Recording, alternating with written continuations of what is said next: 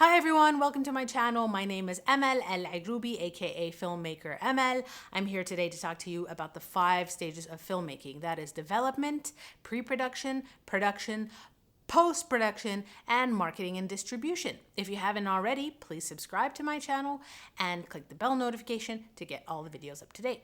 Development. What is development? Well, the development stage, I feel, is the idea development stage. So you're just thinking about an idea, you have an idea, you've spoken to a bunch of people, or you have a script and you've written a first draft, and now you're getting feedback from loads of people, whether it's producers, and the producers are saying, look, we like your film, but can you make it a fantasy instead of a comedy? We have an actor or actress that we really want to get on board this production, so could you make them a little older, the protagonist in your film? Or the agent being like, I could really work with this, I know somebody who might like this kind of work, but I'm not so sure. Or the producer who's a bit like, oh, we need to cut this budget because you've decided to film between France, Germany, and Singapore, and I can't afford those places, or I can't find money for those places, so can you just shoot it in Singapore? Everyone's going to have an opinion about your work. And basically what it is, it's a ping pong back and forth of trying to get the script up to speed and making sure that it's the best that it can be. You've also probably developed a budget at this point, maybe had a little sniff of different scouting locations you could probably shoot at. I don't know if you've heard of the term development hell, but your script can be stuck in development hell, which means that it's not really moving forward for reasons that you're not quite sure why, or you haven't gotten it to the stage where you're ready to greenlight it and go into production with it. One example is when I was doing Under the Hat. Under the Hat is a short film. It's an idea I came up with about a mosque prayer caller who loses his voice and finds a replacement in his neighbor who's a rock star. And I really wanted to tell this story from my narrative, from like an Arab narrative. And I remember taking this script and showing it to somebody who worked in development in France. And the guy said to me, oh, this guy, this neighbor, I think he should have a girlfriend. And I went, what? And he goes, yeah. It's controversial. It's controversial. Like the Europeans and the Americans, they love that stuff. Like, just stick a girlfriend in there and that'll make the film a lot better. And I just thought, no, because even though that guy knew that that might work better for their market, my aim was to make a film for my market and make the film that I wanted to make and really bring out my voice in the film. So you have to decide who you want to take notes from and whether they're productive notes or if it's just yeah. Pre-production is the phase that comes after development. So during development, you've already selected maybe your production manager and maybe your cinematographer and maybe your star actor. Maybe I want to work with Henry Cavill, but now we're in pre-production and then I find out, you know what, they've had to extend the shoot on The Witcher and I can't get him anymore.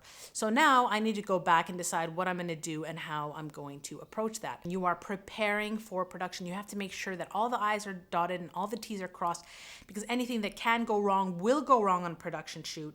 So for your 25-30 days of shoot, you have to make sure that your location manager has gotten all the location approvals. If you're shooting at a train station, do they know you're coming? You're going to be there from the 5th to the 8th of September? Do they have all the contracts in place? Do they have everything? Do you have your insurance? Have you sorted out your insurance? Have you started auditioning your cast? Have you practice and rehearsed with your cast so that when they get on set, you're good to go? Is that something you do want to do? Is that part of your process? Basically, you're preparing for the actual production. So you will have a lot of meetings during these times, and usually you will have an SPV, which is a special purpose vehicle, and that SPV is like a mini company that's set up that harbors all the rights and everything to do with the film, and usually that will eventually die after a couple of years and then go back to mothership. Another thing is discussing, making sure you've got your equipment.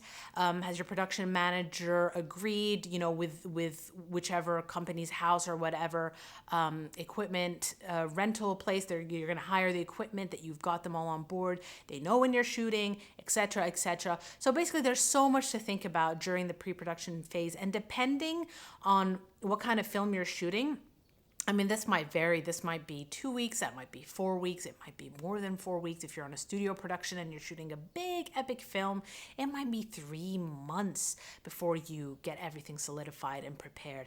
But your job during this phase is to ensure that everything is good to go for production. Now you're at production. Congratulations. Yay, you're shooting your movie. This is like the funnest bit, but also the most nerve-wracking. I mean, I can say as a director, it's probably like nerve-wracking because then you're like, oh, am I doing it right? Is everything okay? Is everyone okay? Is everyone well fed?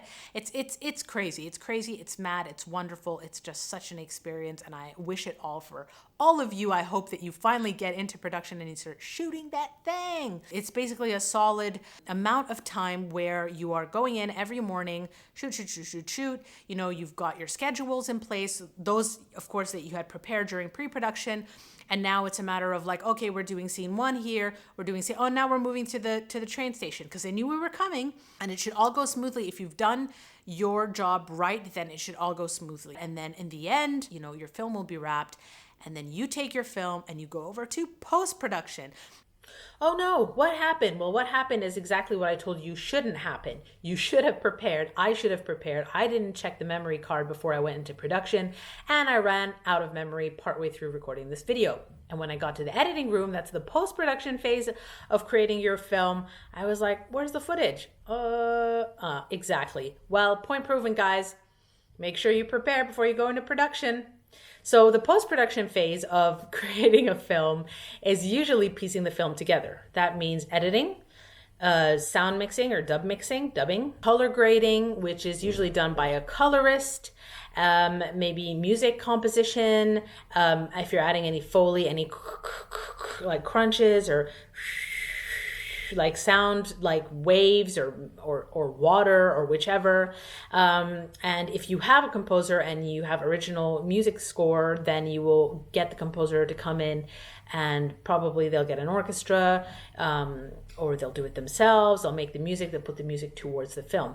So usually it's the director, the editor, assistant editors, kind of huddle together throughout the process in order to check and to make sure that everything is done as it should be.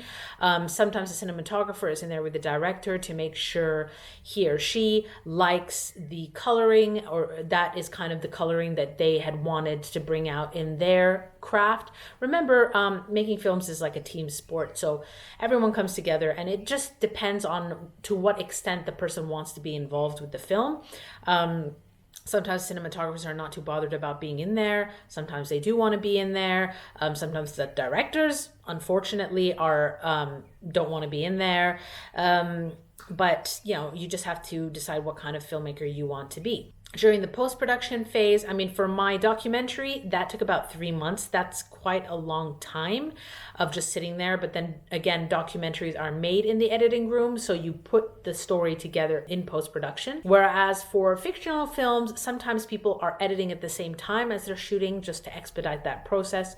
Or in big studio films, they have a deadline. They have a release date where they're going to put it in cinemas, and they need to make sure they hit that date. You ask your editor to basically churn out all the versions that you need, and that will usually go to the distributor. It is the distributor's job to distribute the film. It is the distributor's job to find the poster, to, you know, see what works within their market. Because if you release a film in France, then you release it in the US, you know, the poster and the way it looks, people have different preferences in those countries.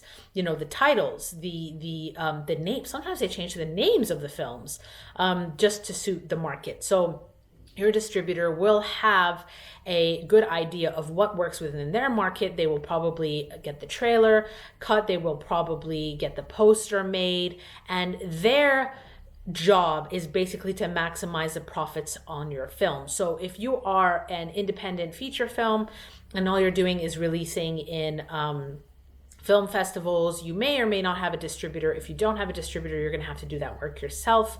It is a lot of work. I've been in that position before, and when you apply to different film festivals, they're like, but can you export it like this format or that format, or we only screen this, or can you do subtitles? And then you have to go back and do the subtitles, you know, for foreign films, etc. So it can be a lot of work. So that obviously is all done in your post-production. The more you prepare, the more you know where it's going, what you need, you can do that, and then you can churn it out And then, when you market it, obviously you're marketing it on different platforms. If you have cinema release, you might get in the press, you might do radio, interviews, you might do press junkets, which is what people do. The director or the actors and actresses in the film will be interviewed by numerous people. I remember for one of the horror films that was done quite a while ago, they had a viral campaign for Carrie, I think, and they had some woman go into a cafe and they rigged the cafe so that she could like move things with her, and they were moving tables and everyone freaked out,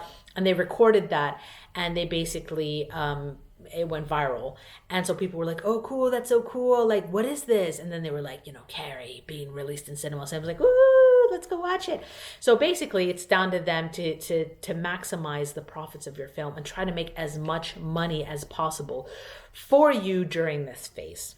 Well, that's it, guys. Those are the 5 stages of filmmaking. One thing that's really, really helped me is a show called Project Greenlight, which Ben Affleck and Matt Damon were part of once upon a time. I don't think it's running anymore, but it's so useful because you watch the filmmaking process from start to finish and see how it's done in Hollywood. Obviously, their films are going to be different to the films you shoot in Europe or Africa or India or Asia, anywhere you shoot them, they might be different. But generally, we tend to follow these 5 stages. Thank you so much for listening today. I hope that was useful for you. Please don't forget to subscribe if you're interested. Share with your friends if this is hopeful, and this is useful. But till then, take care, and I'll see you next time.